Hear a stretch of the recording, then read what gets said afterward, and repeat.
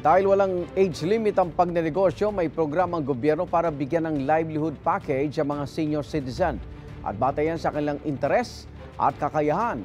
Yan ang unang balita ni Bernadette Reyes. Senior citizen ka na ba pero ayaw na umasa lang sa pensyon? Retired na pero gusto pa rin ng pagkakaabalahang negosyo? Ilang tulad mo ang nagka-food cart business, naging retailer ng bigas o mananahi sa isang programa ng Labor Department at ng National Commission of Senior Citizens. Mula sa mga kagamitan gaya ng kaldero para sa parisan at mga sangkap gaya ng mga noodles, lahat ipamimigay ng dole sa mga senior citizens na nais pang magtrabaho at maging produktibo. Hindi siya libre dahil kailangan patubuin mo eh. Diba? And you have to be accountable. Kung lumago, dadagdagan pa nga ito eh. Binabagay ang negosyo sa hilig o kasanayan ng senior citizen. Si Christina halimbawa, karinderya showcase ang pinili. Masarap ako magluto. Tsaka maraming tao dun sa lugar namin na yung gusto nila yung mga lutong pagkain.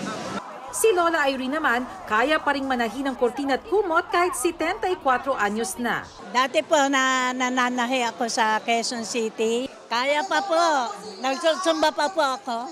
Food cart business naman ang pinili ng 78 years old na si Lola sa Turnina. Malaking bagay po ito para sa akin.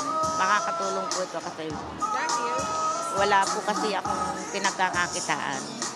Ilan lang sila sa 300 nakatanggap ng kabuhayan package sa Maynila. Gusto nating maipakita na kung ang seniors ay kakayod, maging productive pa, hindi na nga kailangan ng ayuda kung may trabaho eh.